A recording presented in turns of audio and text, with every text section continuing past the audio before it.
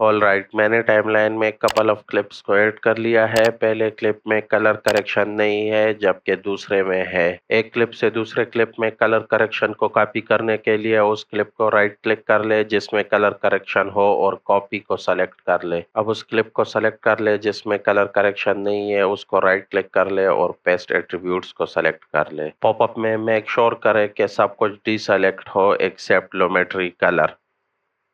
Alright, अब मेरी पहली क्लिप में भी वही कलर करेक्शन है जो कि दूसरे क्लिप में थी।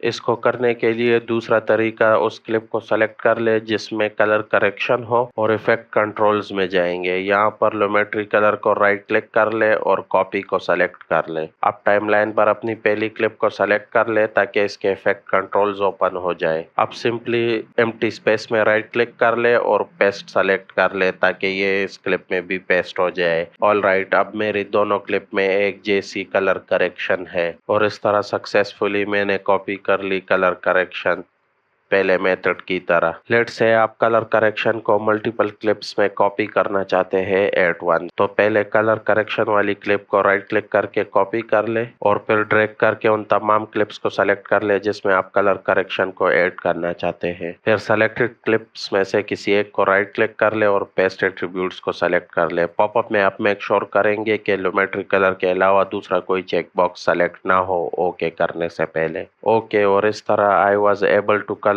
Correct my all clips at once. ये बिल्कुल अच्छा काम करता है, लेकिन अगर आप अपनी वर्क स्पेस को क्लीन रखना चाहते हैं और मल्टीपल क्लिप्स को कलर करेक्ट करना चाहते हैं तो इसके लिए एक अच्छा तरीका ये है कि आप एडजस्टमेंट लेयर को इन क्लिप्स के ऊपर पोजीशन कर दे और फिर एडजस्टमेंट लेयर में पेस्ट कर दे कलर करेक्शन को, जैसे कि आपने दूसरे क्लिप्स में किया था।